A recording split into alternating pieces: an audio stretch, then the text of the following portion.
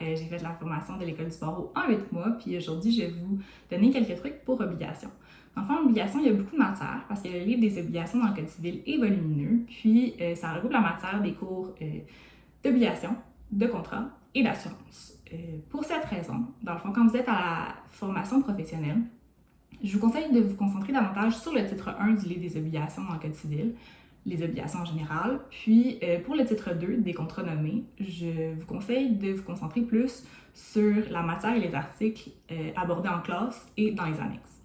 Il faut aussi comprendre l'application de la loi sur la protection du consommateur, puis il y a quelques articles dans la loi sur la régie du logement.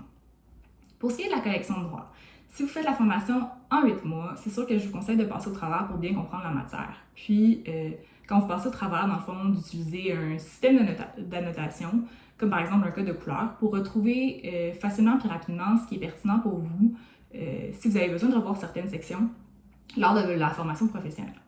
Si vous faites la formation en 4 mois, c'est sûr que je vous conseille davantage de vous concentrer sur ce que vous avez la difficulté à comprendre, ce que vous savez que vous devez travailler, puis ce qui est pertinent pour vous-même.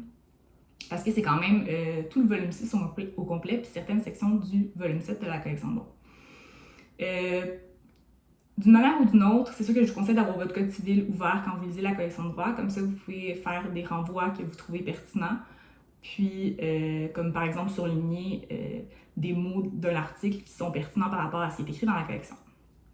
Si obligation est à votre examen, ce que je vous conseille, c'est de ressortir vos notes du bac des cours pertinents, les relire pour bien comprendre la matière, relire ou lire des notes par rapport au cours préparatoire du barreau sur les obligations, si vous pouvez y avoir accès. Refaire les exercices du bac si vous en avez. Refaire les examens simulés antérieurs. Refaire les annexes, c'est sûr. Puis faire les exercices des cours préparatoires si vous pouvez y avoir accès, parce qu'ils sont pertinents. Mais surtout, c'est de lire au complet la section, le livre des obligations dans le Code civil.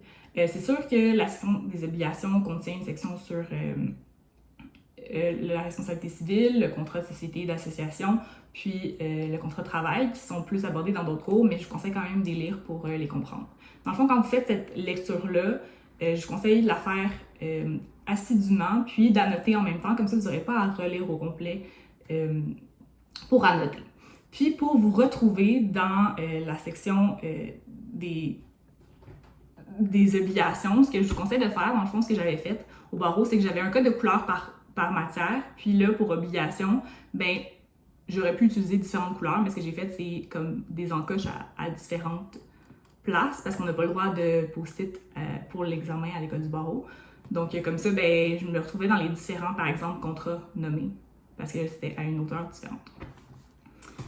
Puis, pour la loi sur la protection du consommateur, c'est de passer au travers une fois au moins pour comme, comprendre que des exceptions puis comprendre son application.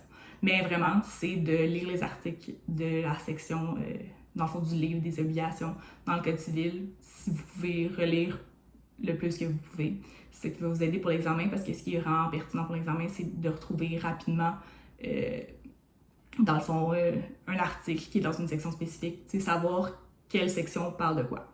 Fait que c'est ça. Bonne chance!